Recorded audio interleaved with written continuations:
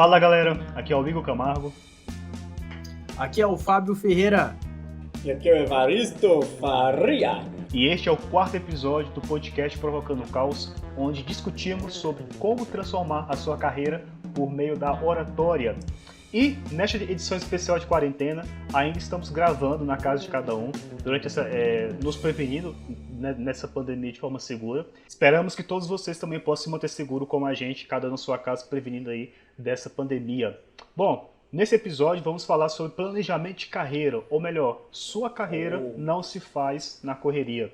No entanto, não é fácil encontrar uma vocação logo de cara, né? Principalmente quando estamos terminando o ensino médio, e bate aquela frustração, na maioria dos casos, de ainda não saber o que seguir. Ou então, quando você já experimenta várias coisas na vida, mas aí você não encontra qual que seria a melhor.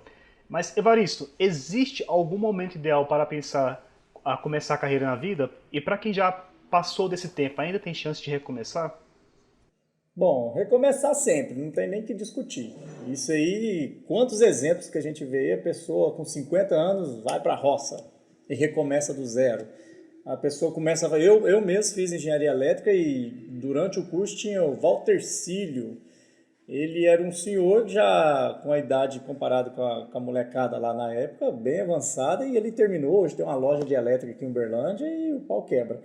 Agora, o momento exato da gente escolher a carreira, meu amigo, tem gente que nasce igual, já nasce sabendo direitinho o que quer. Por exemplo, o Pablo Picasso, com 5 anos de idade pintava, com 20 anos de idade estava pintando, enquanto todo mundo estava fazendo as coisas, entre aspas, normais, né? Tipo, a criança estava correndo e brincando, o adolescente estava namorando e ele pintando. Aí depois o outro estava querendo dirigir carro e ele pintando. Com 20 anos, 20 e poucos anos, o cara já era sucesso. Então ele provavelmente já tinha o propósito dele nato. Isso acontece. Porém, não é a regra, né? Isso é exceção. A regra geralmente é a gente ir no embalo da vida, né? E seguir o que o ambiente que você vive te orienta. É o filho do médico que vira médico, o filho do advogado que vira advogado, o filho do engenheiro que vira engenheiro. E o que acontece é que tem um ciclo que eles chamam os setênios, né? A cada 7 anos a gente muda de percepção de vida. E eles falam que o setênio de 42 anos é o momento que a gente para e pensa, peraí, tudo que eu fiz até hoje não tem nada a ver com o que eu gosto. E aí por isso que você vê muitas pessoas nesse momento se frustrando com a carreira, buscando uma nova profissão. E isso é importante fazer? Sim, se você está insatisfeito, tem que sair daquela sombra e água fresca e ir para o sol, tem que se expor ao sol para agir. Agora, o momento exato, eu não consigo falar para vocês qual que é o momento exato. A única dica que eu deixo aqui experimente antes de escolher um curso de 5 anos. Experimentar um exemplo. Eu sou prova viva desse negócio. Eu fiz engenharia elétrica e eu tô com 36 anos e muita barba branca, né? Mas eu me considero um engenheiro eletricista aposentado. Por quê? Na época eu terminei o 2º grau, fui começar a trabalhar, era uma empresa de elétrica, meu tio que era engenheiro eletricista tinha um bom salário e tudo mais, a gente vai empolgando nesse negócio. Eu fiquei 5 anos fazendo engenharia elétrica e no final eu fui me descobrir aí como uma pessoa que gosta de pessoas e que gosta de relações humanas e em determinado momento da minha carreira eu me direcionei total para isso. E hoje eu estou aqui falando para vocês sobre carreira, sobre oratório, porque eu creio fortemente que isso é o que eu vim fazer na Terra. Então o momento exato... Como experimentar, igual você falou aí? Bora lá. A experimentação é o seguinte... Eu hoje, se eu pudesse aconselhar qualquer pai, eu faria o seguinte: não coloque seu filho em uma universidade antes dele trabalhar. Antes dele, eu gosto de medicina? Show! Então arruma algum serviço dentro da rotina do hospital. Não, eu gosto de engenharia elétrica, arruma um serviço dentro de uma empresa de engenharia elétrica. Eu gosto de construção civil, arruma um serviço numa obra. Eu gosto de arquitetura, arruma um serviço de auxiliar de arquiteto, faça alguma coisa nesse sentido para ele realmente ver a rotina, sentir no coração que é aquilo mesmo que ele quer fazer pro resto da vida. Porque o que se tem, Fábio, muito é a pessoa estar lá no terceiro ano de uma faculdade, não é isso que eu quero, aí começa outra, aí começa, faz de novo, não é isso que eu quero, e nada de errado nisso. Porém, chega um momento que não dá pra gente, por exemplo, depois dos 30 anos, não dá pra você começar algo depois de 5 anos investido na faculdade. É a mesma coisa, depois que eu descobri esse processo em mim, de gostar mais de relações humanas do que da parte elétrica, não dá para eu investir num curso que eu fique lá uma pós-graduação, que eu fique lá 1 ano e meio fazendo uma pós-graduação e no final, não é isso que eu quero. Não, eu tenho que fazer com sentido. Eu tenho que fazer com um pouco mais de vontade e sabendo por que eu estou fazendo. E não fazer porque está na moda. O negócio está na moda é tão interessante, eu dei uma sorte nessa questão da engenharia elétrica. Foi a sorte seguinte, eu comecei a fazer engenharia de telecomunicação. Engenharia de telecomunicação era algo que estava no auge na época, 2003, 2004, 2005, estava bombando, era sair e ter emprego bom. Quando eu terminei a faculdade, aí por coincidências e obras do destino, a faculdade que eu comecei a fazer engenharia elétrica e telecomunicação não poderia emitir certificado de engenheiro de telecomunicação. Aí nós viramos engenheiros eletricistas, mudou a grade curricular e tudo mais. E no final da faculdade, meu irmão, engenheiro de telecomunicação estava quase recebendo salário mínimo. Imagine. Então, é interessante você fazer aquilo que você vai fazer com dinheiro ou sem dinheiro bem feito. Aquilo que você acredita, não, eu vou ser o melhor disso, recebendo salário bom ou não, mas eu vou ser o melhor disso. Que uma hora, como eu já disse em outro episódio, nossa carreira ela vem um pouco paralela ao tempo, baixinho, mas chega uma hora que ela exponencializa. Ela dá uma guinada que você, opa, agora eu estou com tempo, estou ganhando dinheiro, estou com a família estruturada e assim por diante. Beleza? E nesse momento de pandemia que a gente está vivendo atualmente, acredita que é uma oportunidade de pessoas que não se planejaram antes possam se planejar nesse momento? E principalmente aquelas que já se planejaram, mas que deu alguma coisa errada e tá tendo esse momento agora. É uma oportunidade? Vamos lá. Como toda bibliografia diz, toda crise é uma oportunidade para alguém. Se você entender isso, e isso é um jeito de olhar o copo cheio, aquele copo meio cheio, meio vazio, você olhar o copo meio cheio, se você entender isso, você sai de uma crise muito mais forte do que você entrou. Agora, é fácil? Não é fácil. Está todo mundo aí tentando se readaptar, como os professores tentando se readaptar, as próprias indústrias tentando se readaptar. Agora, se você entender que essa crise ela faz a transferência de oportunidades. Quem tem dinheiro, quem estava, um exemplo, o Zoom, que é uma plataforma de comunicação, ela estava assim, bem tranquilinha, quando a fé veio esse processo da crise, ela explodiu. O TikTok, aquele aplicativo, é um dos aplicativos mais baixados depois da pandemia. Então, são oportunidades para determinados setores. E se eu estou inserido nesse setor, eu tenho que pegar a onda e tenho que surfar. Agora, se eu não estou inserido, não quer dizer que eu tenho que sair do meu setor e ir para esse. Mas eu tenho que entender que aquele setor que eu estou, ou ele precisa de uma inovação, ou eu preciso ser muito, mas muito, tem que ser único para a gente sobreviver de maneira digna. Então, a análise é por aí. O meu setor está em baixa nesse momento, então tem que ser o melhor. O meu setor tem condição de inovar? Tem que inovar. Não, o meu setor já está em alta nesse momento, tem que pegar a onda e aproveitar o momento. É mais ou menos assim, o Fábio, que é da área de música, quando uma banda estoura, né? O que acontece? O produtor musical deles, o empresário, quer que eles fazem show de manhã, de tarde, de noite, 7 dias por semana, 30 dias por mês, 365 dias por ano. Porque é aquele momento que não pode deixar, como que se diz lá em Centralina, a peteca cair. Porque se deixar assim, se fica, não, já fizemos show, faturamos muito, vamos ficar um mêsinho sem fazer show. As pessoas não criam o hábito, cai no esquecimento e depois você entra você retroage em relação ao que você já estava fazendo. Não sei se faz sentido para vocês, mas é basicamente isso que eu teria para falar em relação a isso. Momento de repensar os seus propósitos, né? Sim, hoje, igual você falou aí de uma banda, um artista, um hit, hoje ele dura muito pouco. Diferente de antigamente, quando você pega artistas aí que fizeram sucesso às vezes com uma, duas músicas e fez sucesso a vida inteira só com aquelas músicas. Hoje já não é assim. Tá até discutindo que esses dias aqui com meu cunhado que Lulu Santos, você vai no show do Lulu Santos, você tem não tem jeito, todas as músicas dele é sucesso, mas é só daquela época, entendeu? Então a Dura, que você está falando, durou assim décadas e décadas. Hoje, se você, dependendo, é difícil você achar uma banda nova que tenha música que perdure aí 3, 4 anos. Difícil. Isso é verdade. E aí é por quê? Alguns motivos é a quantidade de informação que talvez as pessoas estão tendo hoje, de emoções maiores em relação à música que está transmitindo ao longo do tempo, né? Sim, é verdade. E Evaristo, no seu ponto de vista, qual que é o maior desafio para o começo, para começar algo novo? Quais seriam, você acha, os primeiros passos ali para quem deseja correr menos risco, vamos dizer assim? Tá. A primeira coisa é o seguinte, nós já falamos sobre tentar descobrir o que você quer. O que você quer pode mudar daqui a 7 anos, você pode mudar à vontade, nada de errado com isso.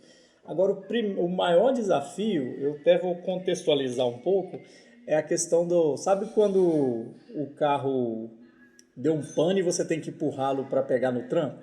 Não sei se você já passaram por isso, mas eu já passei demais. Meu pai tinha uma Elba álcool que todo dia cedo morava na roça, que tinha que levar a gente para a escola, tinha que empurrar. Então, no início, você põe uma força tremenda e o carro não sai do lugar. Mas a hora que ele pega o embalo, você não precisa pôr tanta força que ele já embala sozinho, né? Então, eu acho que o maior desafio é a pessoa tirar a bunda da cadeira e pôr a mão na massa. É dar o primeiro passo para aquilo que ela supõe ser o melhor para ela. As pessoas querem, mas a hora que você fala, bora todo mundo junto, vamos pegar firma aqui no batente, aí a pessoa já quer um pouquinho mais de conforto, ele não quer pegar no batente. Então, para mim, o maior desafio é esse. Depois que você já entendeu mais ou menos o que você quer, é você dar o primeiro passo e colocar em prática. É aquela velha história. O filho quer fazer medicina, o primeiro passo é ele estudar para fazer medicina. Ponto. Estudar muito.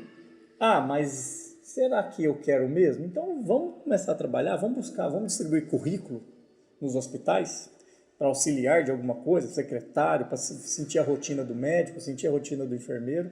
Esse primeiro passo, para mim, é o mais difícil para qualquer um, e eu estou dando exemplo de médico, mas serve para administrador, para engenheiro, para design, para publicitário e assim por diante. Legal. E quando eu não gosto do que eu faço e nem achei a minha vocação, por exemplo? Bom, aí eu tenho ferramentas que ajudam a descobrir isso. Tem ferramentas de psicologia, na área de psicologia, coach e tudo mais, que direcionam um pouquinho a sua carreira. Por exemplo, eu sempre uso o problema é que eu falo que não gosto, ou eu falo que gosto e não coloco no papel. Quando eu coloco no papel, meu cérebro não deixa mentir. A ideia, assim, para quem está nos ouvindo nesse exato momento, a ideia é você, eu gosto de construir casas, por exemplo. Então vamos lá, vamos ver se você gosta mesmo. Coloca 5 porquês no papel e põe porquê 1. Por que eu gosto de construir casa? Porque eu sempre gostei de montar Lego. Ponto. Por que 2? Por que eu gosto de construir casa? Não, porque eu sempre gostei de matemática. Ponto 3. Porque dá dinheiro. Ponto 4. Porque eu gosto de ver o produto final, eu gosto de engenharia, sei lá. Justificar 5 vezes aquilo que você diz que gosta. No papel. Porque se você ficar só pensando, vem um punhado de viagens na mente. Porque no papel, gente, você traz para a realidade. Geralmente a gente gosta muito das coisas que é até difícil executar, a gente fala que gosta. Muita gente quer sombra e água fresca. Será que quer mesmo? Será que quer ganhar na Mega Sena? Nem joga, como que ganha? Tá entendendo? É mais ou menos nesse sentido. E a questão de que você perguntou sobre não gostar, não foi isso, Fábio? Isso. Então, não gostar. Você está fazendo algo que você não gosta, é isso? Só para confirmar. Exatamente. Às vezes a pessoa trabalha em alguma coisa porque às vezes tem um salário bom, mas não gosta, odeia estar ali, mas tá lá. Ixi, sou a prova viva em alguns momentos. O que acontece? A gente tem que entender o seguinte, que o tempo de Deus é diferente do nosso tempo, né? E como que eu seguro a onda nessa situação? Se eu entender que onde eu estou é um meio para eu chegar onde eu quero chegar, muda completamente a nossa visão. Porque talvez você hoje, um exemplo, você está trabalhando na empresa que você está hoje, o Fábio, porque é o meio para você chegar onde você quer chegar. Não quer dizer que é o final. O problema é quando você está num lugar e ali você olha e fala, caramba, eu não consigo sair daqui nunca, eu vou ter que aposentar aqui, nesse aqui, tal. Isso é um problema. Aí sim a pessoa entra em paranoia. Mas se você conseguir entender, não, eu estou aqui temporariamente para alcançar os meus objetivos. E aí, alcançar o objetivo não quer dizer só ganhar dinheiro, tem que se qualificar, tem que fazer network, tem que participar de treinamento, tem que aprender a falar em público, tem que planejar a carreira e assim por diante. E aí que é o detalhe. Você tem que só entender que ali é o meio e não o final. Essa é a dica que eu dou para a gente não se frustrar demais nesse sentido, porque também não adianta você abandonar e entrar e ficar desempregado. Vai ficar pior. Ah, vou fazer o que eu gosto, eu ganho 10 mil. Para fazer o que eu gosto, eu ganho 1.000 por mês. Olha o trauma. Então, vamos fazer essa transição de uma maneira mais suave. Vamos lá, eu ganho 10 mil. E eu tô ganhando, e para fazer o que eu gosto, eu ganho 1.000. Então, peraí, então eu tenho que continuar ganhando 10 mil e eu vou ganhar 500 fazendo o que eu gosto em paralelo. Aí eu vou subir para 1.000, vou subir para 2.000, vou subir para 3.000. A hora que eu tiver 5, talvez eu possa arriscar em abandonar o principal renda. Mas a ideia é você abandonar naquele momento você fala, não, agora trabalhar para aquele que eu ganho 10 mil está me gerando prejuízo, porque se eu tivesse por conta desse de 1.000 ou de 5.000, eu estaria ganhando muito mais que 10 mil. A hora que você pôr no papel e identificar isso, meter bronca, e aí não adianta também achar que não vai trabalhar muito, tem que trabalhar muito mesmo, tem que acordar cedo, dormir tarde e assim por diante. Muita gente acha que ser empreendedor, ser empresário é fazer com que o tempo gire a seu favor. Nada disso. Você vai ter chefe do mesmo jeito. Seu chefe vai ser o seu cliente. E ele A vai fazer. pessoa, a pessoa ela se ilude tanto o fato de coordenar o seu próprio tempo que ela esquece de pesar outros fatores relacionados com isso, como por exemplo, pode considerar aí que o fato de você empreender sozinho comparado com o funcionário de uma empresa, você vai ter o dobro, o triplo de um trabalho do que você faz como funcionário normalmente. Principalmente pelo fato de você fazer as contas, você atender, além de só executar aquele serviço, você vai fazer várias outras atividades que vão estar englobando aqui para você poder alcançar cliente, entregar e assim por diante. Com certeza, até o ato de você tem que fazer relatório para o contador é uma atividade que você não Exatamente. faz, entendeu? É uma atividade que você não faz como empregado, você vai fazer como empresário. Você vai ter que correr atrás de cliente, você vai ter que atender cliente, você vai ter que corrigir um problema. É aquele detalhe, você vai estar assoviando, chupando cana e fazendo outras coisas ao mesmo tempo, né? Mas no princípio é assim, até se você montar equipe, até ter as pessoas em cada setor para te ajudar. E o bonito é isso, se você é empreendedor, empresário e não quer gerar emprego, então está alguma coisa errada também. Equipe, talvez não... Você vai ser empregado de você mesmo, né? Não tem como ser diferente. O ideal é você buscar pessoas estratégicas para te ajudar. E é o que nós estamos fazendo aqui, um ajudando o outro, para que possa ter um projeto que todo mundo caminhe junto. Se fosse para fazer sozinho, ficaria difícil, entendeu? Principalmente eu aqui que sou leigo em edição, leigo em muitas coisas que se trata aí da questão da música, né? da gravação. Mas vamos que vamos. Legal. Uma dúvida. Ser empregado ou ser empregável? Teria diferença aí entre empregabilidade e empregável? Total. Mas muita, não é pouca não. Vamos lá, para você entender com mais clareza aí, o Fábio. O empregado, O empregado é aquele que é regido pela CLT. Ele tem um horário para entrar, um horário para sair, ele tem as demandas que alguém cria para ele e vai alimentando ele dessas demandas. E geralmente a mente do empregado é uma mente um pouco mais assim, pediu eu faço, não pediu eu vejo o que dá para fazer ali mais ou menos, ou eu não faço e vida que segue. É claro que tem um empregado, empreendedor, né? É aquele que empreende dentro da própria empresa que ele trabalha. Então, ele está o tempo todo inovando, o tempo todo estudando o produto da empresa e está fazendo as coisas acontecerem diferente. Mas a palavra empregado, geralmente você tem um horário para entrar e um horário para sair, e depois que você sai, acabou. Aí é hora extra, mais ou menos assim. O empregável já é aquela pessoa que garante a empregabilidade dela. Ela garante que se aquela empresa de hoje ali fechar ou mandar ela embora, ela vai entrar em outra empresa facilmente, porque ela está muito atualizada. Ela não tem a questão só de horário de entrar e de sair. Enquanto ela estava trabalhando como empregada, ela estava estudando, ela estava fazendo outra língua, aprendendo outra língua, ela estava fazendo um network, participando de eventos, e aí nesse momento eu me torno empregável. Eu começo em tese, a comandar a minha carreira. Porque se você está numa empresa que ela não te gera desafio, que ela não está te instigando, né, ela não reconhece o seu trabalho, facilmente pela sua qualificação você pode ir para outra empresa sem medo de chegar lá e ser demitido, porque você se garante. É mais ou menos nessa pegada.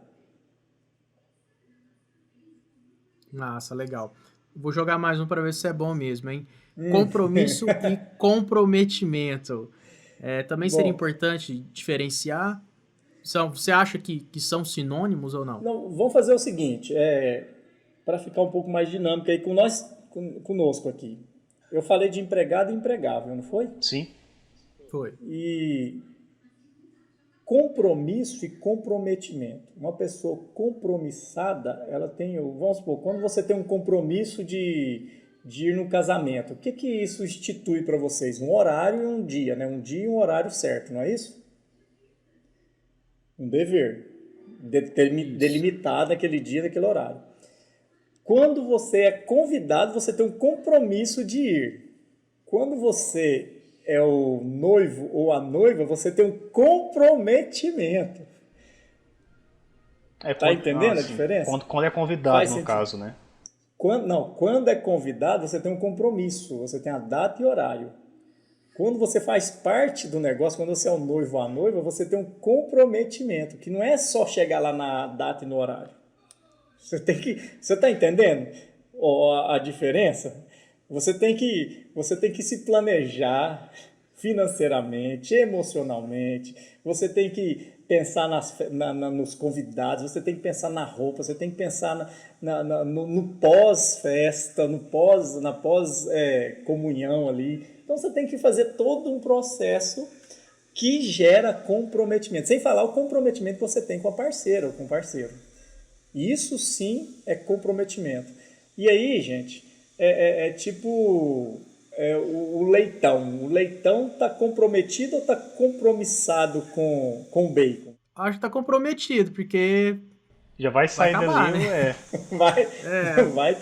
Vai cortar a barriguinha dele ali, meu amigo, vai virar bacon. Vamos lá, com torresmo, não tem jeito, né? Então, é mais ou menos esse processo. E aí, a gente entra nessa, eu acho que vale a pena até fazer um gancho aí, do empregável e empregado, e comprometido e compromissado. Se eu perguntar para vocês, o que liga um com o outro? O empregável liga com o compromissado ou com o comprometido? Fazer um paralelo. O empregável com o comprometido. Comprometido. O empregável, no caso. O empregável. O empregado geralmente é um compromissado. Porque tá entendendo esse cruzamento aí? Aí, no caso, quando a pessoa já está empregado, aí ela tem um comprometimento de ir, né? Tem que fazer de uma forma ou de outra, tem que comparecer. Não, vamos lá. Se ele está empregado, ele tem o compromisso de ir. O comprometimento é muito mais do que o compromisso de chegar lá às 7 horas da manhã. Entendi. O comprometimento porque o empregado já tá na rotina ali, né? O comprometido, ele não está preocupado só com o horário. E se precisar, ele chega às 7h30, ele sai 7 da noite, ele sai 10 da noite. Ele tá preocupado com o quê? Com a entrega. A liderança dele pediu, perguntou, falou, ó, preciso disso para tal dia. Então ele não está preocupado com o horário, ele está preocupado em entregar para o seu chefe o que ele pediu e da melhor maneira possível. Não é só entregar de qualquer jeito, entendeu? Sim, isso aí. Bom, tudo isso que a gente comentou até agora está baseado também na motivação, que é o combustível emocional que nos faz seguir em frente. Mas eu fico pensando, e quando não há motivação para poder planejar a carreira, né? Antes de comentar sobre isso, esses dias eu li um texto bacana sobre a questão de motivação, que ela retrata também até no episódio passado que a gente comentou sobre a gestão de tempo. Olha só esse texto. Se você, Evaristo Faria e Fábio Ferreira, se você tivesse R$ 86.400 e alguém roubasse R$ 10, vocês jogariam o restante, que seria R$ 86.390 no lixo, jogaria fora? Ou deixaria continuar lá vivendo, rendendo dinheiro? Claro que eu ia gastar da melhor maneira possível que sobrou, né? Então, isso sendo aplicado para o nosso dia a dia já é diferente, pois todos nós temos aí 86.400 segundos por dia. E por isso tem pessoas que deixam 10 segundos de negatividade afetar o restante do dia. Então, a motivação relacionada com o fato de você estar ali de forma que seja resistente, não pode deixar com que 10 segundos, com que 20, até um minuto.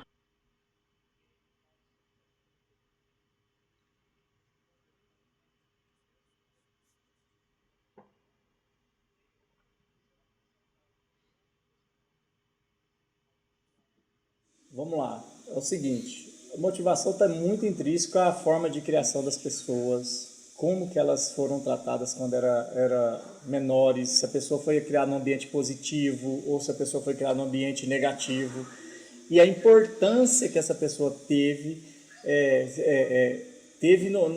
no seu meio social. Ele era importante para as pessoas, ele se sentia pertencido nesse meio social. Isso tudo influencia muito a questão da motivação. Então tem a pessoa que se automotiva e tem a pessoa que é motivada.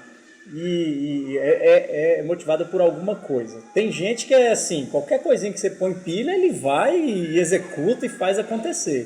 Se você tiver uma comunicação bacana, se você conseguir captar o que ele precisa ouvir, ele vai e arrebenta mesmo. Faz o melhor trabalho possível, no melhor tempo possível.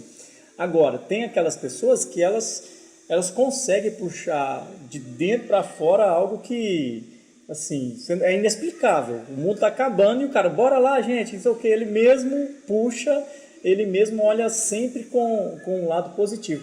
E, assim, não quer dizer que todo mundo tem que ser assim, mas eu tenho certeza, plena certeza que você, Fábio, você, Igor, quando passar por alguma situação difícil da vida de vocês, a tendência é desmotivar. A tendência é cair o autoestima, a tendência é você ficar DP e tudo mais. Porém, é só questão de como eu estou enxergando as situações. É tão interessante assim, tem até uma anedota que diz o seguinte, mandaram um vendedor para a África, um vendedor americano para a África para ver o mercado de sapato. Chegou lá, percebeu que onde ele chegou as pessoas não usavam sapato. Ele volta e fala para o chefe dele, chefe, lá não vai rolar não, lá ninguém usa sapato. Tá entendendo? E aí, depois de um tempo, outra empresa mandou outro vendedor. O vendedor chegou lá, viu a mesma cena. A hora que ele voltou, chefe, ali é oportunidade. Ninguém tem sapato naquela cidade, então nós temos um mercado enorme. Então, isso traz a reflexão que, dependendo de como você olha o problema, ele é uma oportunidade da sua vida. Ou ele é a desgraça da sua vida, é aquele negócio que vai te jogar para baixo e você não vai conseguir sair. Porém, para que isso aconteça, é claro, tem gente que precisa até de apoio, a mesma coisa nós falamos no episódio passado, gestão de tempo, tem gente que precisa de acompanhamento para ter uma gestão de tempo, para até entrar na rotina. Tem gente para se sentir um pouco mais motivado, precisa estar junto com outras pessoas, até ele criar esse hábito, criar esse sentimento e colocar esse sentimento aí em prática um pouco mais permanente. Né? Tem pessoas que se motivam tanto relacionado com a aspiração que elas queiram alcançar, né? Como também com a própria família. Eu já vi pessoas que na verdade, eles têm uma espécie de regra pessoal, que é o fato de você não criar motivação consigo mesmo, mas criar motivação com outra coisa. Isso, talvez, tudo tem um risco e tem a vantagem e a desvantagem, né? Mas o fato de você criar motivação em outra coisa é o fato de você se importar com aquilo. Por exemplo, a sua mãe, você quer oferecer algo muito melhor para ela. É claro que cada vida tem uma situação diferente de mãe aí, né? Mas isso acaba criando uma espécie de combustível para você se dedicar para aquela pessoa em si. Mas eu acredito que é muito mais importante também você criar essa chama em si mesmo, principalmente pelo fato de não ter uma única motivação, né? Para que aquela não possa ocorrer um certo tipo de frustração, mas sim ter várias, para que você consiga aí, aproveitar de cada uma também. Eu vou perguntar aqui o seguinte, já que vocês ficam só perguntando para mim, Fábio, é o seguinte, meu camarada, o que é o grande valor da sua vida? Qual que é a sua grande motivação hoje? Não quer dizer que tem que ser sempre a mesma, né? Mas hoje, se você puder selecionar aí rapidamente, o que te faz acordar mais cedo e dormir mais tarde hoje? De atividades profissionais mesmo, coisa do tipo. Eu acho que quando você está em um ambiente onde você se sente bem, onde você... Porque assim, no nosso trabalho a gente sabe que não é todo dia que a gente vai ter coisa boa, vai ter dias difíceis, vai ter dia que você não vai estar bem, mas ainda assim isso se torna algo tão forte, uma parte tão forte da sua vida que você não se importa, mesmo estando ruim. Mas então, assim, e você? O que em você está acontecendo assim, de forma objetiva mesmo? Não, eu faço isso, aconteça o que acontecer. Rapaz, eu diria que seria a música mesmo. É o fato de que a gente pode fazer algo ou construir algo onde você possa ser extremamente realizado e você também possa ter a possibilidade de ajudar alguém também, dar uma oportunidade para alguém. Eu penso muito que, vamos supor, uma grande empresa, você tendo um cargo bom, um cargo excelente, onde você tem o poder, digamos assim, de dar oportunidade para as pessoas. E eu acho que isso é muito importante. Aqui no estúdio mesmo, por exemplo, meu maior sonho não sei, um dia ter uma empresa onde eu consiga dar oportunidades para as pessoas. Onde eu posso, através da música, dessa arte, eu poder dar oportunidade para alguém ter um trabalho, para alguém poder fazer uma coisa bacana, para alguém poder assim, querer crescer junto, entendeu? Não só pensando, eu não penso muito em mim, eu gosto de pensar, claro, eu quero ser realizado, ser feliz, todas as noites deitar e dormir e falar, não, é isso, mas também, ao mesmo tempo, você poder dar oportunidade para alguém, aquela pessoa te ver com, tipo, poxa, se não fosse esse cara, talvez eu estaria numa situação um pouco mais difícil. Eu acho que isso é muito gratificante, cara. E no seu caso, a música é o que traduz muito isso. Sim, hoje sim. Né? E o Igor acha que eu não vou perguntar isso para ele, né? Eu tô pensando aqui já. O que te motiva mesmo? Já que vocês estão perguntando, lembrando das dois tipos de motivação, cara, automotivação e aquilo que as pessoas colocam na nossa vida, né? Para mim, é muito levado para esse lado do desafio em si. Eu sempre fui uma pessoa que gosta sempre de tacar a cara naquilo que precisa fazer ao ponto de poder alcançar coisas grandes, né? E principalmente quando aquilo é de longo prazo. Então, o que me motiva é saber de eu ter a capacidade de poder alcançar aquilo. É claro que tem a questão de a ver com a família, tem a questão de a ver com o fato de querer alcançar as metas, né, diárias, mas, por exemplo, eu saí de um estado lá do Nordeste, do Maranhão, vim estudar em Uberlândia, praticamente atravessei o Tocantins inteiro, né, que quando a gente viaja assim, o Tocantins ele é destacado por isso, porque você atravesse ele inteiro o estado, para poder chegar aqui para poder fazer um curso que eu nem sabia que realmente ia conseguir fazer, que no caso foi a faculdade. E disso eu comecei a trabalhar também, e após trabalhar como carteira assinada, já saí da carteira assinada para poder trabalhar como empreendedor individual. Então são pancadas assim que eu vou experimentando, principalmente pelo fato, não, cara, se eu seguir isso aqui, mesmo que seja um resultado de longo prazo, eu consigo alcançar então, e colher bons frutos. Então, o que me motiva é muito isso, quando eu consigo, são desafios de longo prazo, que eu vejo que é possível alcançar. Pode demorar 1 ano, 2 anos? Beleza, mas que é possível alcançar. Então, e hoje qual seria seu maior desafio? Assim, rapidamente. O meu maior desafio é eu conseguir o meu próprio espaço relacionado ao estúdio que estou querendo montar. É montar o estúdio, não o estúdio Igor Camargo, mas um estúdio que represente o Igor Camargo. Entendi. Show. Beleza, beleza, gente. Bom saber. E assim, o meu, assim, é claro que perguntei para vocês para a gente também alinhar. Eu gostaria muito de poder, já falei no primeiro podcast, poder impactar a educação do Brasil com esse trabalho que a gente está desenvolvendo juntos aqui. E se algum dia isso acontecer, com certeza nós estamos gravando isso aqui e isso aqui vai fazer parte da nossa história, beleza, gente? Bom, falando de motivação aí, agora vamos dar aquelas motivações sinceras, né? Digamos assim, as porradas da vida. Evaristo, eu gostaria que você falasse melhor sobre as suas porradas da vida que você queira comentar com a gente, que no caso seria as lucubrações evarísticas, estou correto? Uai, esse negócio de lucubração eu já falei que é uma coisa meio doida aí, né? Diga lá pra gente. O que você acha desse título aí, Fábio? Lucubrações evarísticas, hein? Eu acho pesado. Porradas evarísticas. Lucubrações evarísticas. É um pensamento intenso que acontece à noite. Então, eu assim, o que eu percebo assim nos últimos tempos para cá é que a maioria das pessoas, elas sempre arrumam desculpa para colocar em prática aquilo que elas dizem querer.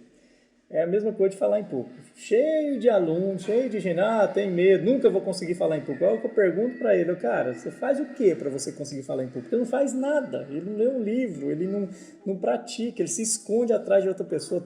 Assim, eu falo que eu tive alunos, colegas de escola, que ele fazia o trabalho inteiro para não ter que falar em público. Você tinha lá 5 alunos, um grupo, né, cadê onde está a câmera aqui? 5 alunos, ele, não, deixa que eu faça o trabalho. E vocês todos se apresentam. Então ele vai fugindo disso, e acaba que o problema só cresce.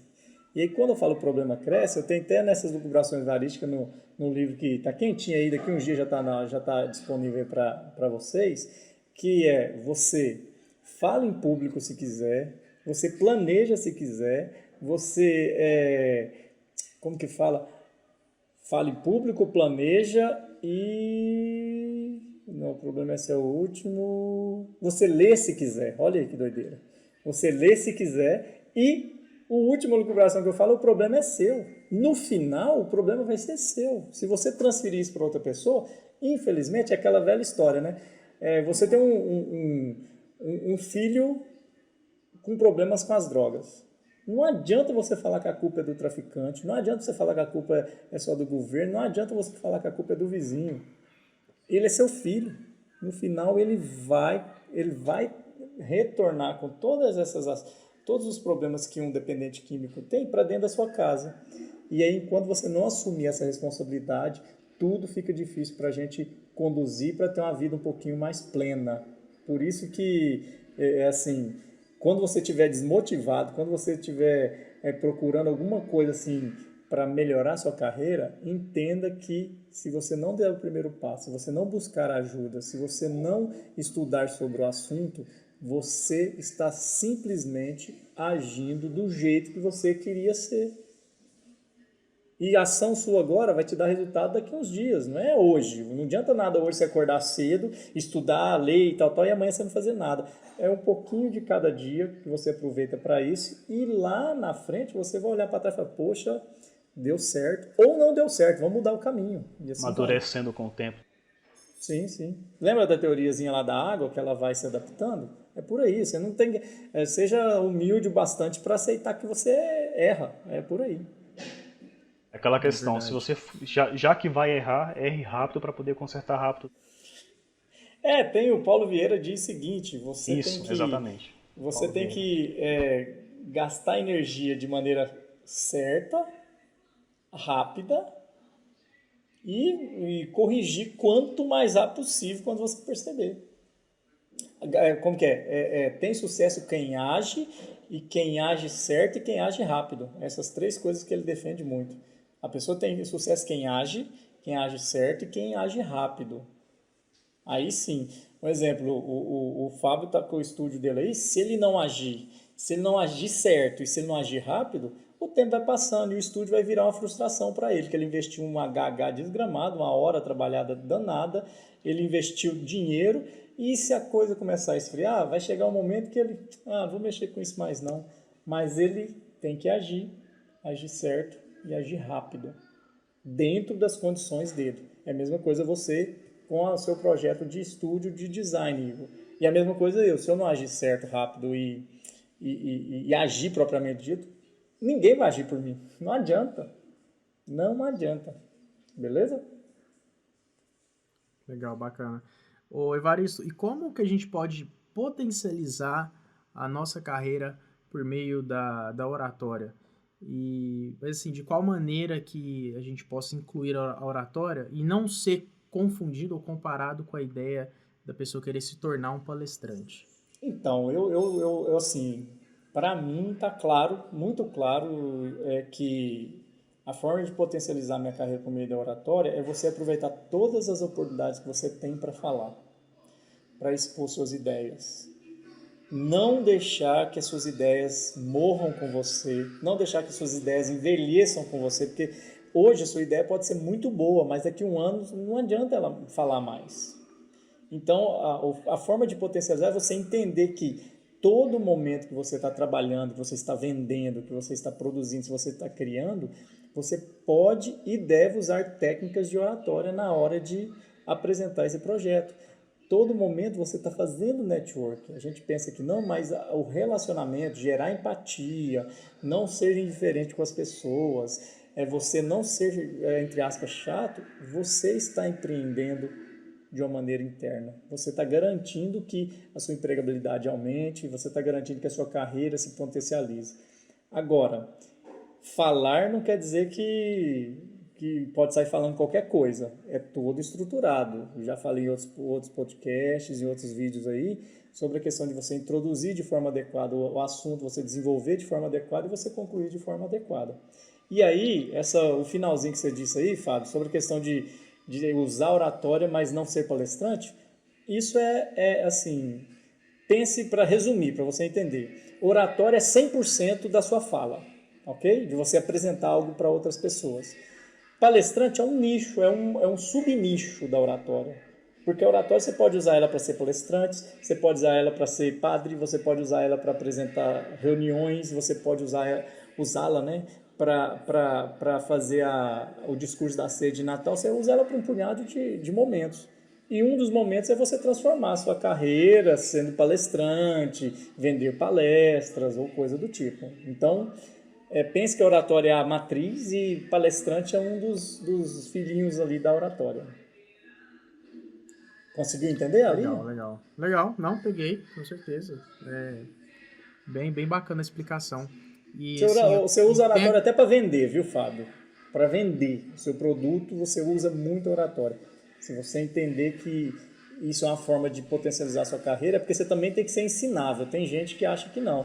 Você tem vendedor aí, principalmente de imóveis, por exemplo, que ele vende como ele vendia há 30 anos atrás.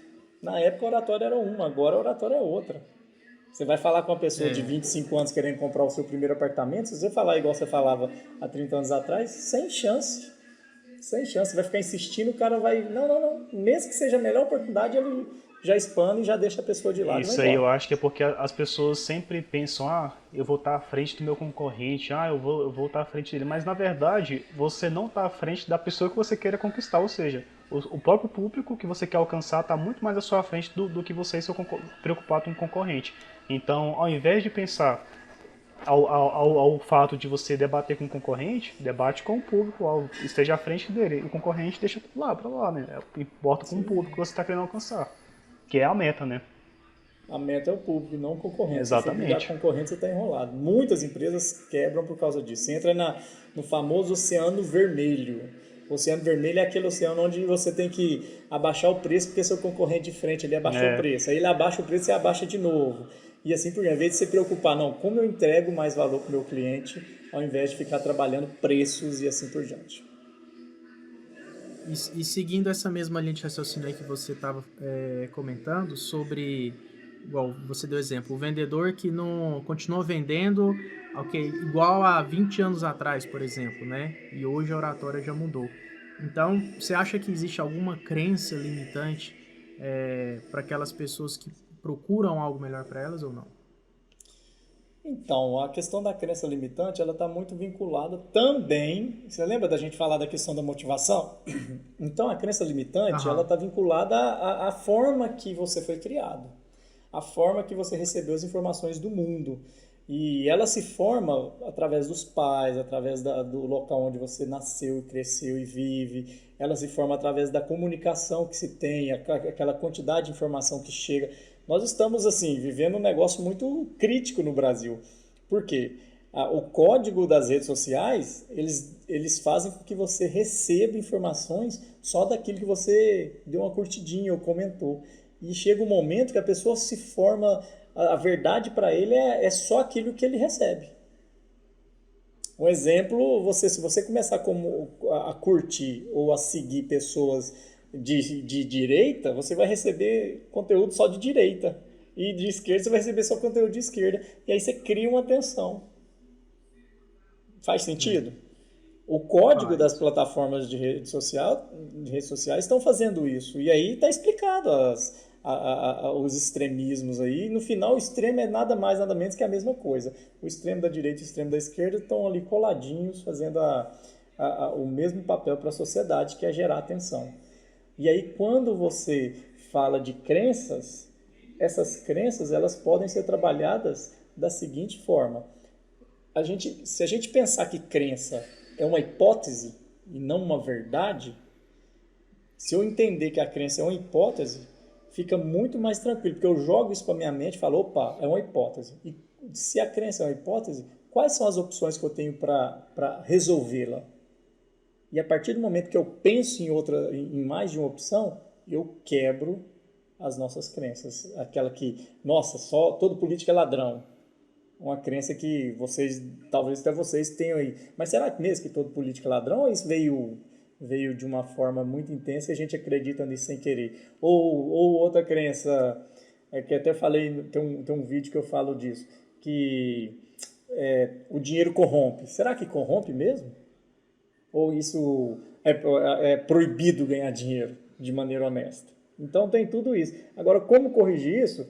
Joga pensamento, veja as hipóteses que tem, as chances, os pontos de vista diferentes da mesma situação e trabalhe isso. E a gente entender que o mesmo objetivo pode ter vários caminhos para chegar nesse mesmo objetivo. Não necessariamente somente um caminho. Beleza? Perfeito. Bom, pessoal, após discutirmos então sobre esse conteúdo de hoje, agora é a vez de compartilharmos aqui o que provocou o caos dessa turma aí durante esse momento de pandemia, começando com o nosso designer de marcas, Igor Camargo. Diga lá pra gente, Igor, o que te provocou o caos essa semana aí? Cara, o que provocou o caos, na verdade, é o que está provocando o caos, né? Comigo no momento. Está provocando ainda. É esse fato que eu tinha comentado anteriormente. Está no processo de criação de forma da marca visual do meu estúdio. Eu estou no processo de criação, no caso seria o name, a criação do nome da empresa. E esse processo está bem maçante porque eu estou procurando criar uma personalidade que seja realmente algo relevante ao ponto de eu conseguir aí atingir a personalidade da empresa, ver quais pontos de contatos onde essa marca vai fluir e também o público que vai ser alcançado. Ou seja, é um trabalho árduo, né? É aquela questão, para você realmente fazer algo que funcione, que seja eficiente, tem que ser algo que realmente dure ali um tempo suficiente ao ponto de você alcançar o seu objetivo. Então, a criação do nome, fazendo testes, pesquisando, vendo aí as possibilidades, porque tem uma questão de posicionamento de diferenciação também. Então, cara, criação do nome, já rolou aí mais de 100 opções, mas ainda vai rolando porque é uma questão de testes, né? É testando, criando, é como o Evaristo mesmo falou, errando, criando, o mais rápido possível para que isso não possa demandar tanto tempo e que eu consiga aí já lançar no mercado o mais assertivo e prático possível. Posso fazer uma intervenção aí, Fábio? Claro, vamos lá. Vamos lá.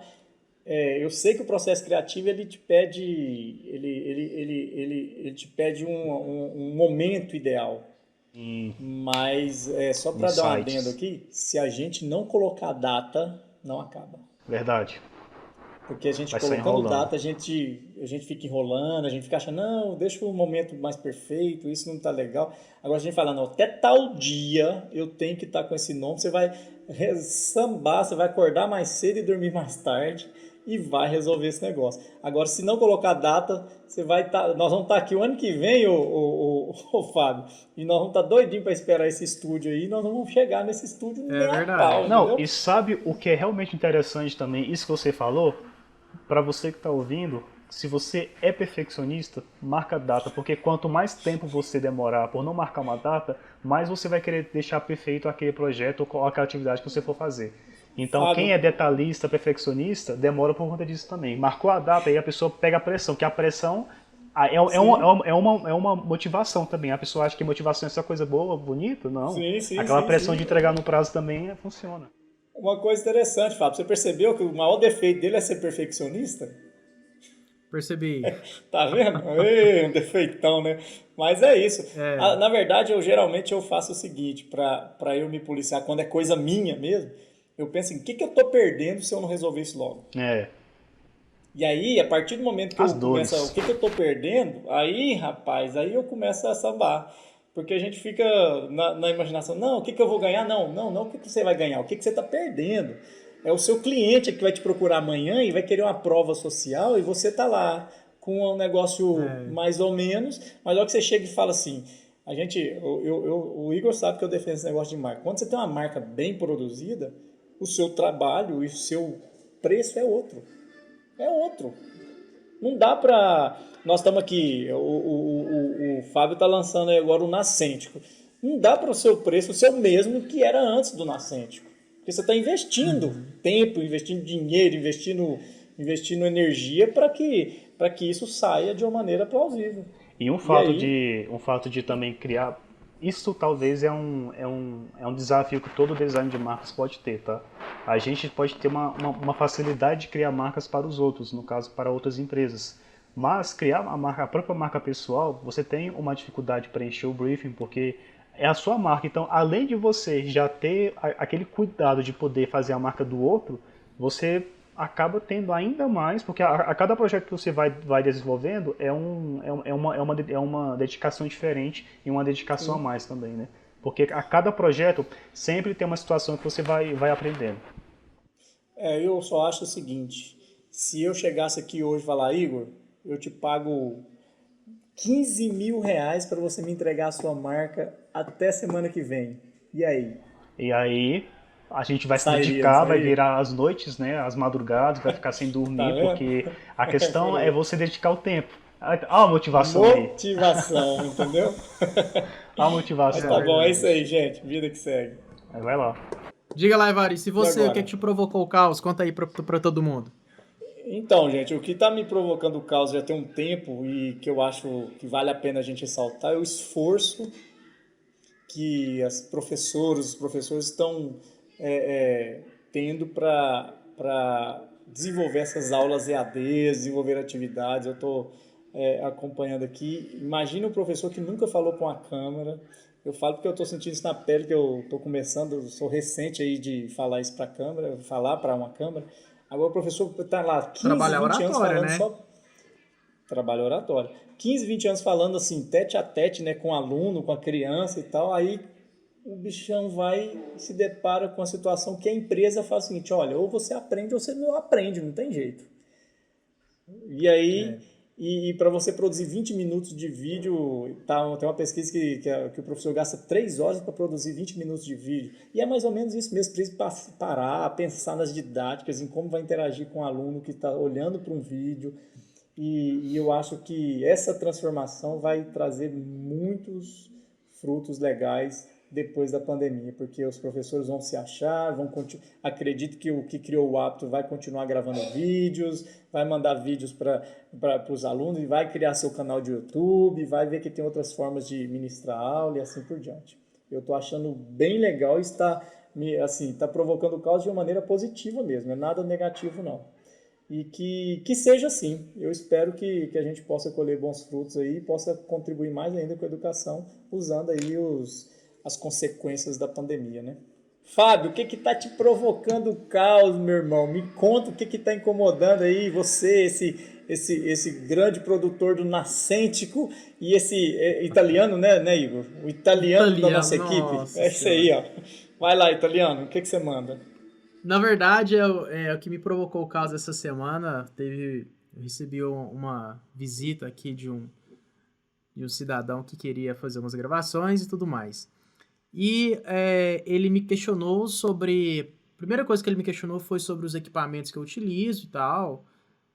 Falei, basicamente, o que eu utilizo, o que a gente ia utilizar no caso da gravação dele e tal. E ele simplesmente falou, mas para gravar, por exemplo, gravar X instrumento, você precisa usar tal microfone, especificou o microfone e tudo mais, microfone caríssimo, hoje a gente tem microfones aí no mercado que custam, é absurdo mesmo, muito caro. Tipo, preço de um carro, né? 7, 10, 15, 20 mil reais. Uma moto. Muito caro mesmo. Muito caro. Então, assim, só que a estrutura que eu tenho hoje da minha empresa, do meu estúdio, eu não tenho condições de ter um microfone desse. Além do mais, eu até acho que até onde realmente é necessário você ter um equipamento desse. Então, assim, durante a graduação em engenharia, eu aprendi o que é uma frequência, o que é uma onda de um som, né? Que é algo mecânico, é algo físico, e como você pode trabalhar com isso. Então, às vezes, é onde eu gosto de trabalhar aqui no estúdio, a questão da arte. Você pode utilizar, às vezes, um equipamento que não é extremamente, absurdamente caro, e você pode fazer um puta som. Basta você saber como que você vai aplicar todo aquele som. Primeira coisa que você tem que saber o som que você quer. Esse é o ponto principal. Então não adianta o cara chegar aqui e falar que eu tenho que usar um microfone de 10 mil reais para gravar uma voz, porque senão não vai ficar bom, que eu tenho que usar uma mesa que custa 100 mil reais, senão não vai ficar bom. E não é assim, cara. Não é assim. Então, assim, eu comecei gravando numa plaquinha de áudio de 2 canais dentro do meu quarto. E, assim, uma vez levei para um cara no estúdio e ele ouviu e ele ficou super curioso como que eu tinha feito aquilo e aquilo outro. Só que aí no final ele falou, não, mas isso aqui você tem que fazer assim. Então, assim, para com essa coisa de receita de bolo e ver o que a essência, pode ser feito. Né? Capta a Exatamente. essência do negócio. E isso não acontece só também no mundo musical, não. Acontece em muitas áreas que as pessoas têm muito aquela receita de bolo. Isso tem que ser assim, tem que ser assim. Gente, focar muito na ferramenta, então, assim, né? Muita gente tem aí um puta estúdio, equipamentos assim caríssimos e não sabe utilizar. Não, olha que interessante isso que você falou agora. Não adianta. Só dando um adendo aí. Olha essa lapiseira aqui, que é a lapiseira que eu usei por muito tempo. E olha essa outra que eu ganhei de presente, na verdade, eu nem comprei. Diferença, né? Um pouco mais metálica. Obviamente, essa daqui é um pouco mais frágil e essa aqui é um pouco mais reforçada. Pra mim, a única diferença é só o visual, mas as duas eu consigo desenhar se precisar. Então, esse fato aí que você falou, ele é interessante porque isso aqui é só um exemplo, mas em relação a computador, tem pessoas aí que quer uma máquina muito grande, muito boa para poder fazer algo muito pequeno. É como se você quisesse usar uma Ferrari para poder ir à esquina, em vez de ir a pé, algo do tipo, né? Então isso faz muito sentido por isso, porque a pessoa ela pensa muito mais na ferramenta do que o uso da criatividade para fazer algo que, né, que realmente seja igual a gente agora com as câmeras aí, vai estar um webcam master para poder transmitir com uma internet que não vai dar conta de transmitir uma qualidade de uma câmera profissional. Então tem a ver, né? Exatamente. Então, aí o que acontece? Aí, eu só queria dar um adendo aí, que é a questão de mais vale, né? Aquele velho jargão que todo mundo fala, mais vale fazer do que ser perfeito. Exatamente. E a mão, assim, a mão na massa, ela te traz uma experiência, te traz um feeling, né? Um sentimento que não tem nada que substitui. É igual o bolo da vovó, não adianta, se você não fizer o bolo da vovó 10 vezes, 20 vezes, 30 vezes e vai experimentando, não há receita que faça ficar igual. Bom, pessoal, deixa então o seu comentário contando pra gente o que te provocou o caos nessa semana, ou que anda te provocando o caos durante esses tempos de epidemia. A gente promete que a gente vai ler todos os comentários, beleza? De um por um. A gente tá chegando aí, de um por um, exatamente. A gente tá chegando aí mais o final de um episódio, esse que foi o nosso episódio de número 4, do Provocando o Caos, ok? Muito obrigado a você, caro ouvinte, a você que está nos assistindo aí também no YouTube, por ter tido a paciência aí de ter nos ouvido, e a gente espera que tenha sido grandes informações de grande valia para todos aí, e que todos possam fazer muito proveito de tudo isso. E também a galera do YouTube, aquele abraço forte para vocês, e o pessoal das demais plataformas, Spotify, Deezer, Castbox, SoundCloud. Caso vocês não conheçam a gente, dá uma checada lá no YouTube para vocês verem realmente o que é provocar o caos com a feiura de 3 cidadãos, beleza? Essa lindeza. Siga a gente também lá Siga a gente também lá nas redes sociais, é só digitar lá @provocandocaos. Você nos encontra facilmente no Instagram, no Facebook e também no YouTube, ok?